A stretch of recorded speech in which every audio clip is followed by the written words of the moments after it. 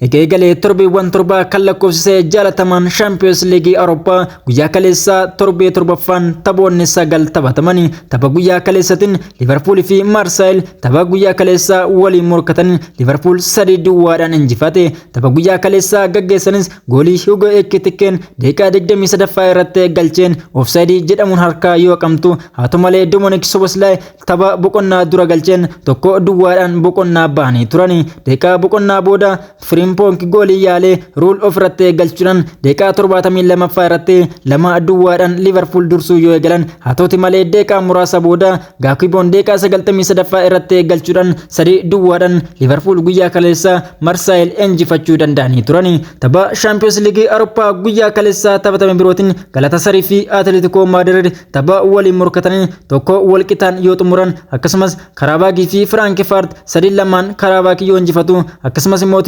Atalantaan Atletico Bilbao waliin tapha gaggeessanii Atletico Bilbaoon 3-2 injifachuu danda'anii turani. Akkasumas immoo kilaba Bundesliga German kan ta'e Bayern Munich fi Union ESG'n tapha waliin gaggeessanii Bayern Munich 2-2dhaan yoo injifatu akkasumas immoo Chelsea Pavos simachuudhaan 1-2dhaan injifachuu danda'anii turani. Akkasumas immoo Newcastle PSV waliin 3-2dhaan yoo injifatu Barcelona Slavia Prague 4-2 injifachuu danda'anii turani.